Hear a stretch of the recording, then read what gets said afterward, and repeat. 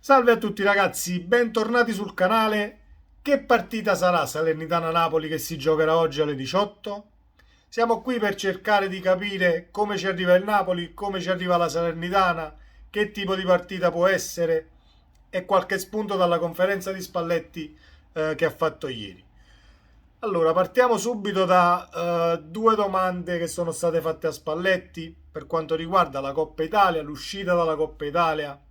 La domanda che gli è stata fatta nel succo è: siete usciti dalla Coppa Italia, adesso avete meno impegni, meno partite, ci si può concentrare su altri obiettivi diversamente?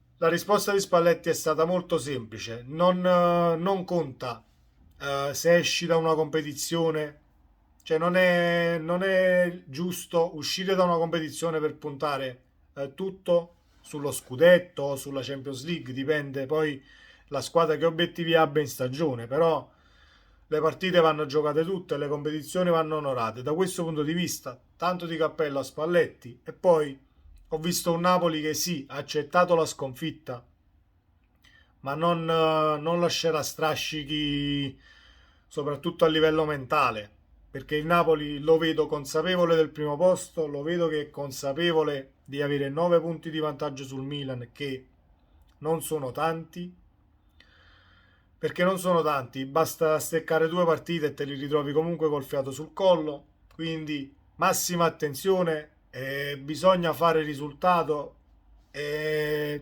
punti a Salerno, senza se e senza ma. Il Napoli deve vincere la partita a Salerno, perché se la sconfitta in Coppa Italia non ha portato strascichi, steccare oggi a Salerno potrebbe innescare quella cosa: ma siamo usciti dalla Coppa Italia, abbiamo perso a Salerno, si comincia, si comincia con i dubbi e si comincia con tutto poi l'accanimento mediatico che ne scaturisce. Detto questo, il Napoli non avrà a disposizione Kvaratskhelia per influenza.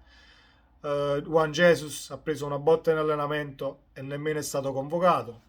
Non è che queste due mancanze ridimensioneranno il Napoli, perché abbiamo già giocato senza Quara 4 partite prima della sosta del mondiale, perché in panchina ci sono dei degni sostituti, soprattutto quest'anno la rosa è lunga e non possiamo cercare alibi o attaccarci ad alibi del genere.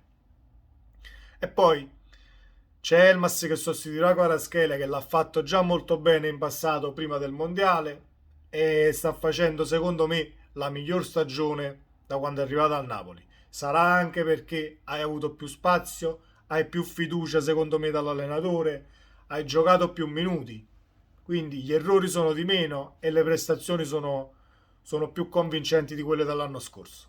Quindi massima fiducia a Elmas, che comunque è un signor giocatore, e tutti gli errori che poi sono stati fatti in passato dallo stesso, secondo me, derivano prettamente dalla non continuità. Ci sono dei calciatori che li puoi buttare in campo quando vuoi e ti rendono sempre alla stessa maniera, ma ci sono altri calciatori che hanno bisogno di sentire il campo, di sentire la partita e di avere minutaggio per acquistare più fiducia.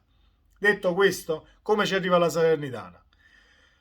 La Salernitana ci arriva con 8 palloni presi con l'Atalanta, ci arriva con un esonero immediato dopo la partita, il giorno dopo mi sembra, l'esonero di Nicola, che poi si è risentito con il presidente, è stato ripreso alla guida della Salernitana. Non conosco le motivazioni e nemmeno voglio entrare eh, nel perché è stato esonerato e poi ripreso. Il punto è, nemmeno statisticamente, ma a livello psicologico, non credo che la Salernitana possa prendere 4 palloni contro il Napoli oggi. Perché dopo una sconfitta del genere, dove sei stato umiliato a livello di risultato, ovviamente ci sarà massima attenzione a livello difensivo. Starà poi nelle occasioni che potrà creare il Napoli e nelle difficoltà che potrà creare il Napoli alla difesa. Sarà la chiave del match. Però vedo comunque un Napoli che andrà a Salerno a dettare leggi, andrà a Salerno macinando gioco come ha sempre fatto e non pensando all'intoppo in Coppa Italia, perché le partite le puoi perdere. Cioè le partite si perdono, bisogna accettare le sconfitte e guardare avanti, soprattutto se tu sei la prima in classifica e soprattutto guardando a quei 47 punti che vincendo a Salerno sarebbero 50 e il Napoli nella storia non ha mai girato, non ha mai terminato, diciamo, il girone di andata con 50 punti.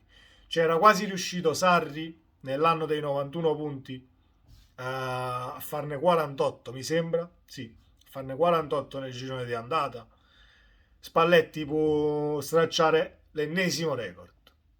Speriamo che succeda e speriamo che il Napoli vinca a Salerno senza soffrire, perché ripeto, affrontare le partite, che sia la Salernitana, che sia il Milan, che sia l'Inter, che sia il Lecce, qualsiasi sia la squadra avversaria, c'è anche da analizzare molto spesso il momento nella quale tu vai a affrontare quella squadra. Per esempio, una partita di esempio, Napoli-Sampdoria. Sampdoria-Napoli, scusate. Napoli vince 2-0. Però hai affrontato una Sampdoria che comunque sta ritrovando ritmo, ha ricominciato il campionato diversamente da come l'aveva abbandonato, con Stankovic che ha avuto tempo di lavorare nella sosta premondiale, quindi non hai avuto la vita, non hai avuto vita facile che al limite forse avresti potuto avere affrontandola, che ne so, a novembre, a ottobre, dove la Sampdoria ha preso palloni dappertutto ed è stata sconfitta in lungo e in largo. Quindi c'è sempre da vedere c'è sempre da esaminare il contesto pre-partita, le settimane che vengono prima di un match, come ci arriva una squadra e come ci arriva l'altra. Ecco perché faccio questo video, però io vedo questa partita in mano al Napoli perché a livello tecnico non c'è storia. Siamo nettamente superiori, però come ci ha insegnato e insegnerà e ci insegnerà sempre l'andazzo di queste partite, dove tu non puoi sottovalutare nessun avversario. Secondo me abbiamo fatto pure tesoro di questa sconfitta in Coppa Italia e ne usciamo ancora più forti e consapevoli. Detto questo, speriamo che sia una grande partita. Spero solo che le condizioni atmosferiche ci permettano di giocare un calcio veloce e palla a terra, anche se comunque ho sentito che in Campania sta piovendo da giorni, quindi il campo non sarà dei migliori, sarà un campo pesante, ma non sarà questa l'attenuante e l'alibi alla quale aggrapparsi. Noi dobbiamo vincere e fare 3 punti e concludere questo girone di andata a 50 punti. Uno, perché non è mai successo, due, perché il Napoli se lo merita per quello che ha espresso finora. Questo era quanto, ragazzi, sempre Forza Napoli e ci vediamo nel prossimo video. Ciao!